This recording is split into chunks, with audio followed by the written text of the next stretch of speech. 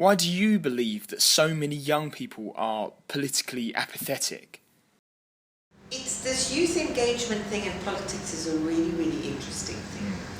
I find it very exciting because I look at something horrible like the referendum on Scotland's independence and see how that passion was fired up and how that emotion was fired up and how engaged youngsters were. Now, the fact that they all voted for Scottish independence disturbs me.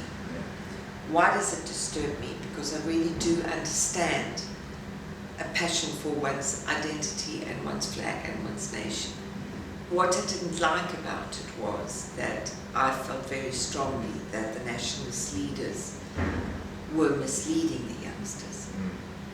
And the fall in the oil price and just what would have happened to that Scottish currency version of the pound or whatever it was going to be by now, and to my taxes that I had to bail them out, because that is exactly what was going to happen, infuriates me, because I think youngsters were lied to in that instance.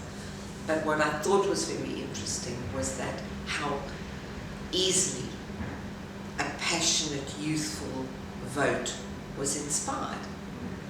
And those young people plainly want to see Scotland independence. And if that's what they want, they should have it. I'd just like to see it better thought through by the politicians. So young people can be engaged in politics because they were then.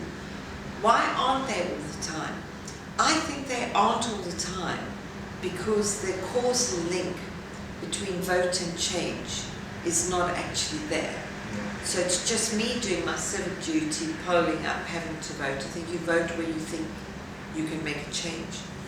I liked the model that was propounded at One Young World and in the Prospect essay, Dylan's model, which was saying that young people should engage in voting for city mayors, because that's a very obvious connection. I've always been intrigued, ever since One Young World 2010 London, when Boris Johnson was there.